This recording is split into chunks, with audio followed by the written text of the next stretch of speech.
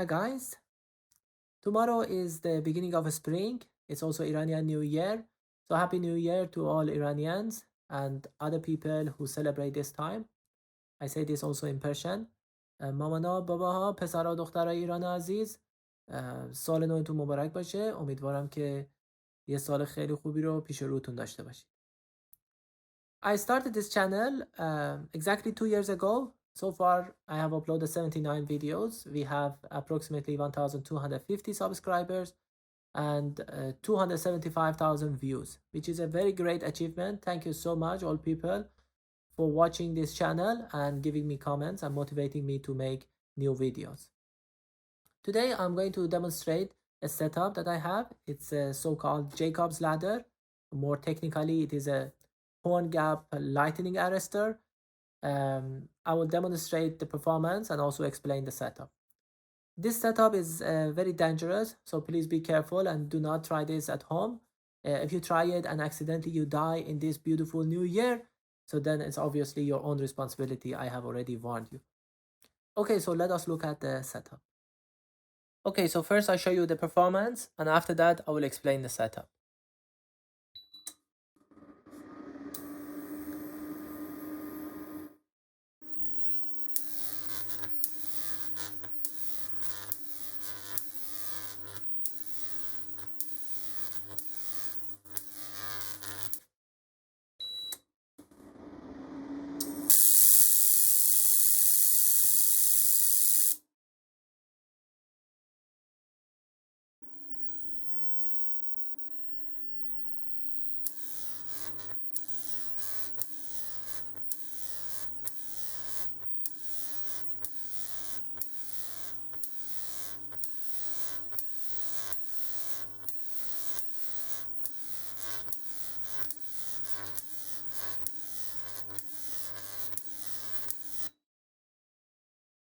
Okay, so here we have the setup.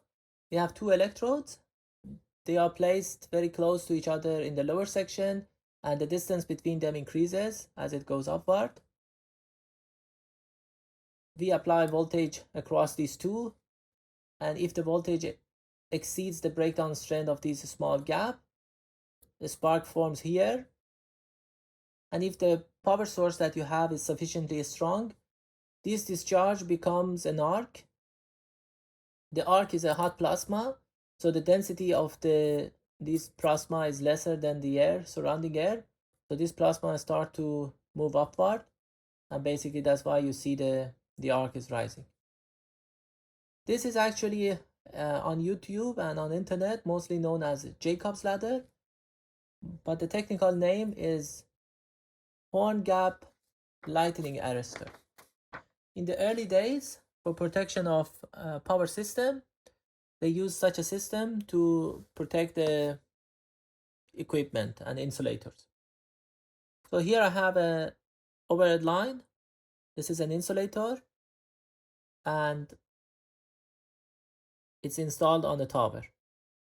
So if the lightning strike to this line, an overvoltage forms and it travels through the line.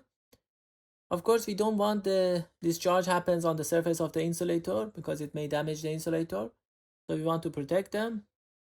We use this protection device. So under normal condition, the gap that is here is sufficiently large that there would be no discharge here because of the voltage that we have on the line. There would be no discharge. But when the lightning comes, the overvoltage comes here, and basically the voltage exceeds the breakdown strength of this gap. So a discharge happened in here, and because the power system is very strong source, so it feeds this discharge, and an arc will form between these two electrodes. As I explained, the arc is hot and it rises up.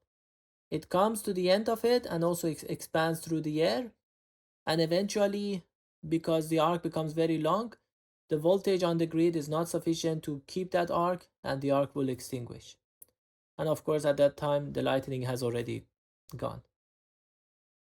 Sometimes we also use a magnet here, so that when there is an arc here, a current flows through the arc.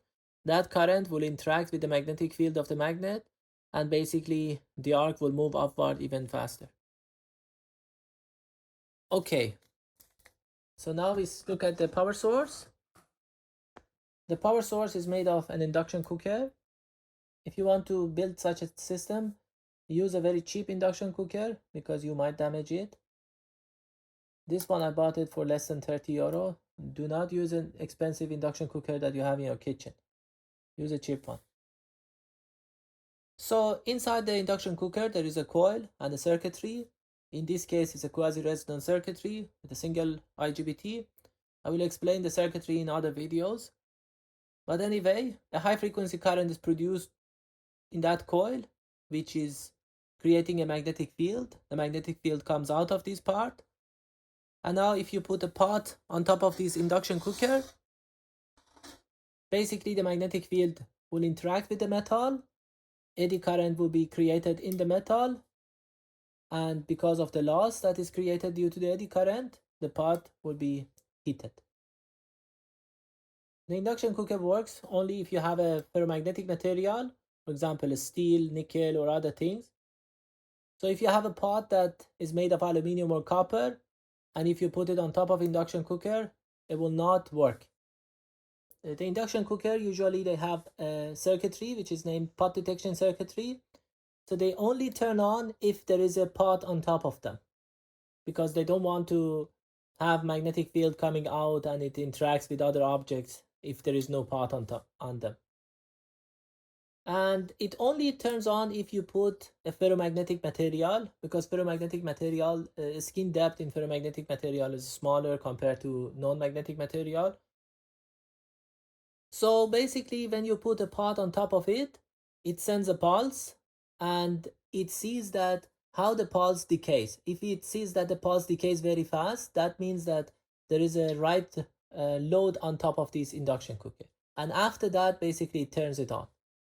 So if you, for example, put a copper pot or aluminum pot, it sends the pulse, but because the amount of loss that is created in those pots is not high enough, so the signal will not damp, and basically the microprocessor inside this will say that, okay, this is not a proper load, so it will not turn it on. Okay, so one way to cheat this is basically to open it and to change the signals that goes to the microprocessor and try to, let's say, bypass this protection mechanism. This one I will investigate it later and will show you what we can do with it. But in this case, we are going to cheat it some simpler way. I'm going to put a pot on top of it and the coil is placed next to it. Okay, maybe I should first explain the coil. Here we have a coil which consists of many turns. I took it from the secondary of a microwave transformer oven. It has probably hundreds of turns, 200-300 turns. The coil must be immersed under oil or you must cast it in epoxy because high voltage will be created on this coil. The coil will burn in itself if you don't have proper isolation. As I said, the induction cooker creates a magnetic field. So if we put a coil on top of this induction cooker, the magnetic field will also couple with this coil. And because we have many more turns compared to the primary side, we will create a high voltage on this secondary coil. But of course, if I only put this coil on top of this, the induction cooker will not turn on. Therefore, we need a pot. You should fill the pot with water because otherwise the pot will get very hot and it damages your induction cooker. So in this case, initially the coil is a little bit away in the side. So the induction cooker thinks that there is a load on top of it. And for sure there is a load on top of it. Gradually we push this coil toward the center. And basically at the moment, the induction cooker still is on because the pot is on top of it. But this coil will also capture a lot of magnetic field that comes out of this coil. And therefore we can create a high voltage there. The voltage that is created here is a high frequency signal. I'm going to demonstrate it to you later on. And basically it is sufficiently high that it can initiate the initial discharge here. And as soon as there is a discharge, because it's a very powerful induction cooker, sufficient current passes through this coil and this discharge becomes an arc and therefore it rises. Okay, so let us try it once more and see how it operates again.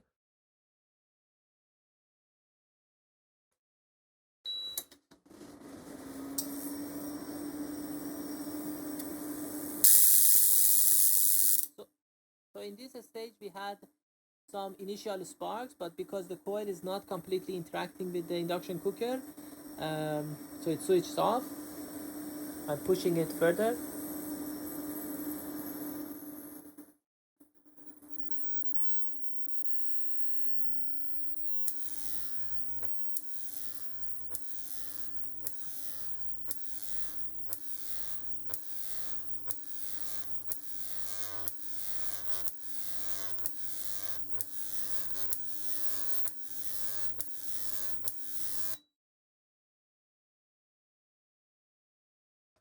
Okay, one thing that I want to show you is that I have this setup for many years in my home, and I use cooking oil as the insulation. As you can see, the cooking oil has been exposed to air for many years, for more than 3 years, and now it becomes almost a jelly material. So that's why we don't use cooking oil in high voltage devices. Use mineral oil, which is very stable. But for this application at home, it is sufficiently good. Okay, so I'm going to measure the waveform of this induction cooker. I have a coil, which I connected it to oscilloscope probe. And here I have a pot. First, we see the main waveform.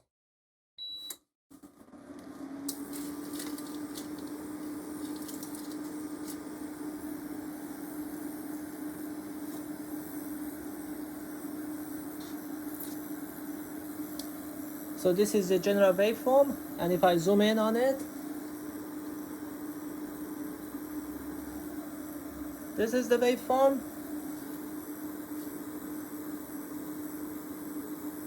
And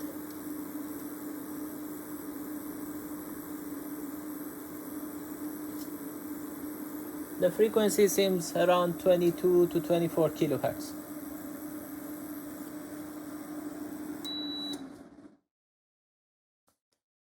Okay, so if there is no pot on top of it, as I mentioned, the pot detection circuitry can understand that. And I'm going to show you how it understands it. So I remove the pot. So I just leave the coil on top of the induction cooker. Okay, so I turn it on and we see after how many seconds it sends a pulse to check whether there is something on top of it or not.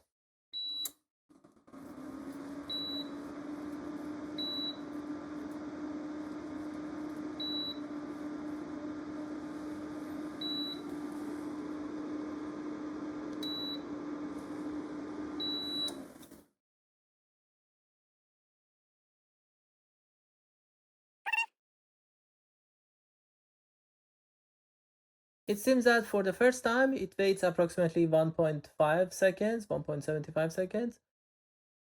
And after that, it waits 3 seconds. So every 3 seconds, it checks whether there is a pot on top of it or not.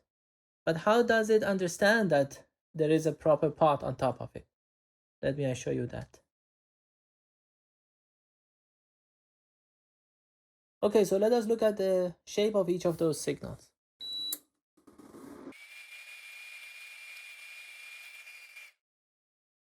After it sends a pulse, basically the response of the pulse that we see is like that. It has many oscillations with many peaks. So basically the microprocessor counts those number of peaks, and it says that, okay, if we have many peaks, it means that nothing is on top of this pot, or something that is on top of the pot is not a proper pot. Basically, it will not turn on the induction cooker.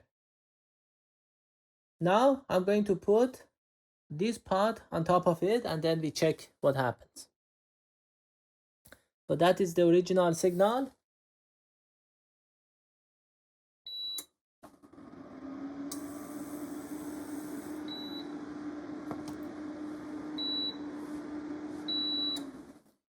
Basically, you notice that the first pulse that it wanted to check, it turns on, and that pulse immediately dumps. So the microcontroller only counts maybe 3-4 peaks. In this case, it realizes that there is a pot on top of it. Now I will lift this pot a bit so that there is a distance. And for example, I'll put this one here. So in this case, of course, we have a pot, but it's far away. So the damping would not be as strong.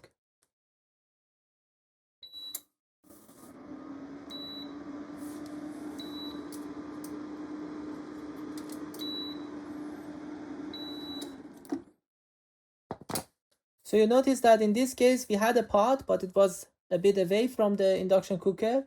So we had multiple of those damping, and therefore the induction cooker decided not to turn on. But if I remove it as the previous case,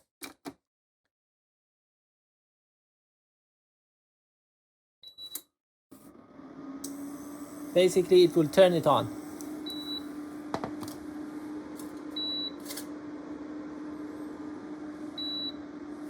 Now if I put an aluminum pot on top of it, we see how the waveform will change. So that is the original waveform. Now I'll put the aluminum pot.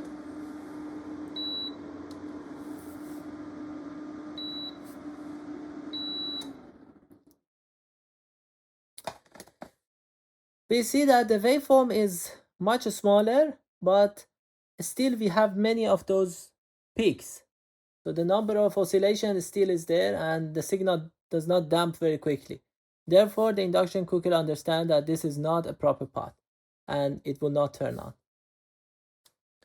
Now I want to see after how many milliseconds it will turn on the pot completely after it realizes that there is a pot on top of it. So I put this one on it.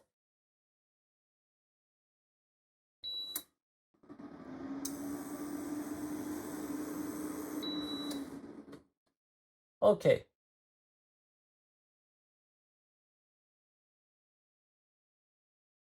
So you can see that the initial check is done, and if it realizes that there is a pot on top of it, after 4 milliseconds, it turns on the induction cooker.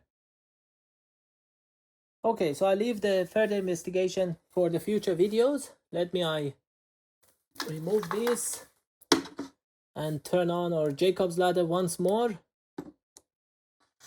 and then close this video.